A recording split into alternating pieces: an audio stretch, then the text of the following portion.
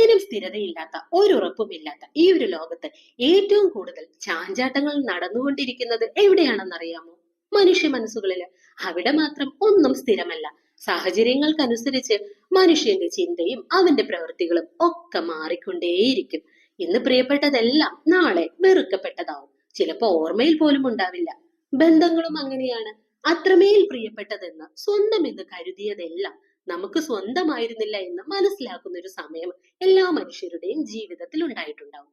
സ്വപ്നത്തിൽ പോലും ചിന്തിക്കാത്ത ചില സാഹചര്യങ്ങളിലൂടെ കടന്നു പോകേണ്ടി വരുന്ന ഒരവസ്ഥ. ചിലർ അതിജീവിക്കും, ചിലർ തളർന്നു വീഴും, കരിഞ്ഞുണങ്ങും.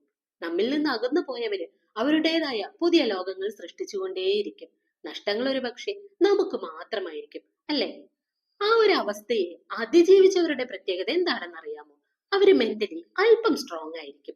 റിയാലിറ്റിയെ കുറച്ചുകൂടി കാര്യക്ഷമതയോടെ ഉൾക്കൊള്ളാൻ പ്രാപ്തരായിരിക്കും. അവർ പൂർണ്ണമായും തങ്ങളുടെ ലോകമാവാൻ മറ്റുള്ളവരെ അനുവദിച്ചിട്ടുണ്ടാവില്ല. അവനവന്റെ ഇമോഷൻസിന് മുകളില് ചെറിയ രീതിയിലുള്ള ഒരു കൺട്രോള് അവര് തന്നെ സൃഷ്ടിച്ചു വെച്ചിട്ടുണ്ടാവും.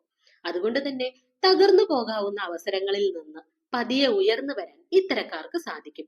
എന്നാൽ തങ്ങളുടെ ലോകം മറ്റൊരാളായി കണ്ട് ആ ലോകത്തിൽ ജീവിച്ചിരുന്നവർക്ക് അയാളെന്ന ആ ലോകം നഷ്ടപ്പെടുമ്പോൾ അതിജീവനത്തിനുള്ള സാധ്യതകൾ ഇല്ലാതായതുപോലെ തോന്നും. മെന്റലി ഇമോഷണലി അല്പം വീക്കായവരാണ് ഇത്തരത്തിൽ തങ്ങളുടെ ലോകം മറ്റൊരാളിൽ കണ്ട് ജീവിക്കാൻ ഒരുങ്ങുന്നത്.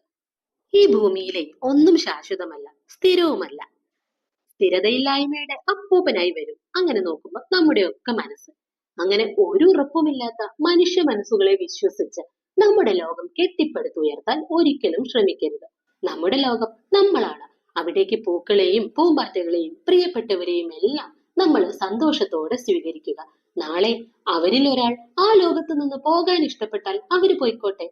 അവര് മാത്രമേ അവിടുന്ന് പോകുന്നുള്ളൂ. നമ്മുടെ ലോകത്തെ സന്തോഷങ്ങളെല്ലാം അപ്പോഴും നമ്മുടെ കൂടെ തന്നെ ഉണ്ടാകും. സ്വയം സ്നേഹിക്കുക. നമുക്ക് നമ്മൾ തന്നെ സപ്പോർട്ട് ആവുക. കാരണം നമ്മൾ ജനിച്ചപ്പോഴും മരിക്കുമ്പോഴും ഒറ്റയ്ക്കാണ്. ഇടയ്ക്കുള്ള ഒരു ചെറിയ യാത്രയിൽ കൂടെ കൂടുന്നവര് മാത്രമാണ് മറ്റുള്ള ബന്ധങ്ങളെല്ലാം. കേട്ടിട്ടില്ലേ? നമുക്ക് നാമേ പണിവത് നരകവും സ്വർഗവും. നമ്മുടെ ജീവിതത്തിൽ നമുക്ക് സ്വർഗം മാത്രം പണിയാം. ഹാപ്പി. See you again.